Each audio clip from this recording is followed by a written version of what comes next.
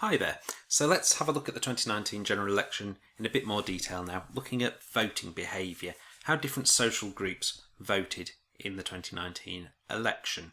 Now, a key term here that's useful to know is cephalogist. A cephalogist is someone who studies elections, voting statistics, somebody like Sir John Curtis, Professor Sir John Curtis, who you might well have seen at the election coverage. His team do that exit poll that we hear at 10 o'clock on election night, where suddenly we get a clear idea of how the election's going to pan out, and they're normally very accurate in terms of their predictions. But let's have a look actually at some YouGov stats in which they looked at how different groups said they voted in a survey after the election. Before we look at that, and this is on your handout as well, just got a few people that I want you to try and determine whether they were more likely to vote Conservative or Labour. Obviously some of them may well have voted for other parties as well, particularly if they weren't in England. But if we just think, in the first instance, are they more likely to vote Conservative or Labour? So any voter below 39, any voter above 65, 18 to 24-year-old women, so people in social classes A and B, so kind of the middle classes, voters C2, D and E, kind of working class voters, voters who've been educated to degree level or higher, voters who supported Vote Leave at the 2016 referendum. Just think, in the 2019 election, were these groups more likely to vote Conservative or Labour? You can pause your video and have a little go at that, but we'll be looking at the answers at the end. So if you'd like to pause your video, you can do that now. Okay, so let's drill down in some of this data. So if we look first of all at age, in the last couple of elections, age has been the principal predictor of voting behaviour. In the past it was very much social class, but today it does appear to be age, and you can see that particularly with the Conservative and Labour votes there very clearly on that graph. You can see how the older you get, the more likely you're to vote Conservative and the less likely you are to vote Labour, although there are some trends on the others and they're just harder to see because fewer people voted for them at all. It is a much clearer pattern for Conservative and Labour than for anyone else, and it is really quite dramatic and remarkable when you look at those charts. Quite straightforwardly clear. Older you get, more Conservative. The younger you are, the more Labour. Okay, and as I say, that's been the case for a couple of elections, but this is particularly stark on that chart. Gender, much less clear. Obviously, more people voted Conservative than Labour altogether, because Conservatives won the election comfortably. But you will notice, if there's any sort of pattern, it's that the Conservative vote is a little more male and the Labour vote is a little more female. But there's not a huge gender influence on the voting, and if you look at the other parties further down, they're pretty well split as well. Okay, but if we put gender and age together, we can see a little more going on here. So a similar pattern there for male voters as for voters altogether in terms of the Conservative-Labour split. The older you get, more likely to vote Conservative, less likely to vote Labour. But it's not quite as dramatic, particularly on the Labour side, as it was for all voters, and that's because it is much clearer for female voters, and particularly young female voters. If you look at the young female voters, the difference between the Labour and the Conservative vote there is pretty dramatic.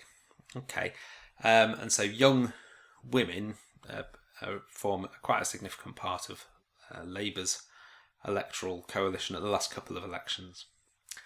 Okay, if we look at social class, what used to be very much the driving force, the most obvious long-term factor influencing voting behaviour in the UK, it really isn't that much of a factor in 2019. The social classes are pretty well divided for each party. If anything, the Conservative vote is slightly more working class. Now that might be something unique to 2019.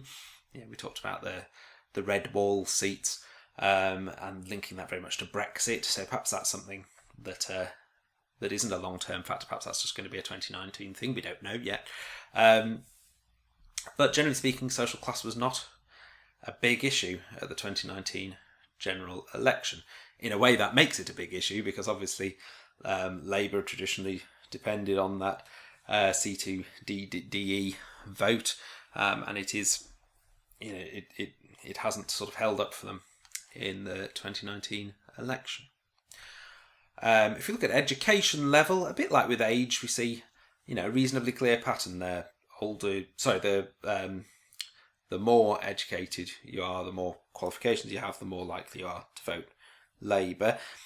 If you link that with age, it's, you do need to factor in that more people today stay on at school longer and go to university than they used to, and therefore there might be quite a clear overlap between the age factor and the education level factor. But it is quite clear there, isn't it, where the strengths for each party is in terms of education. Again, much more so for Conservative and Labour than for other parties.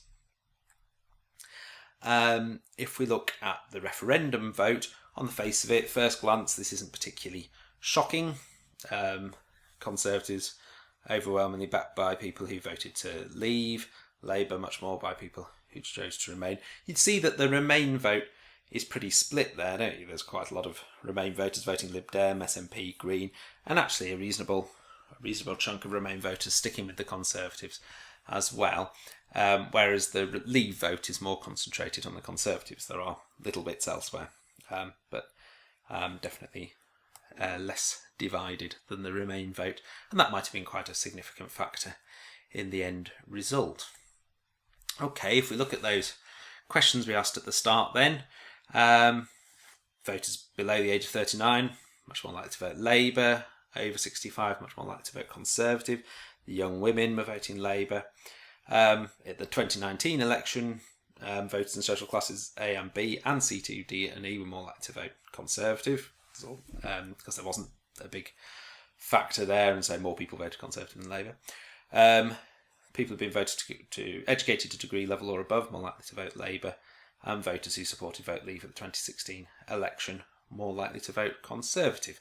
Imagine most of those you would have got. Perhaps if you were thinking more generally rather than specifically 2019, you might have gone slightly differently with the social class votes.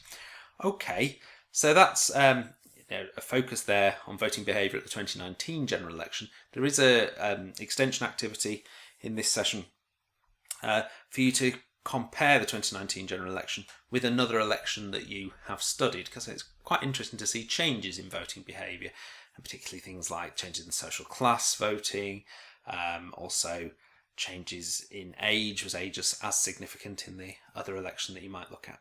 Okay, so have a go at that, and we'll see you in the next activity.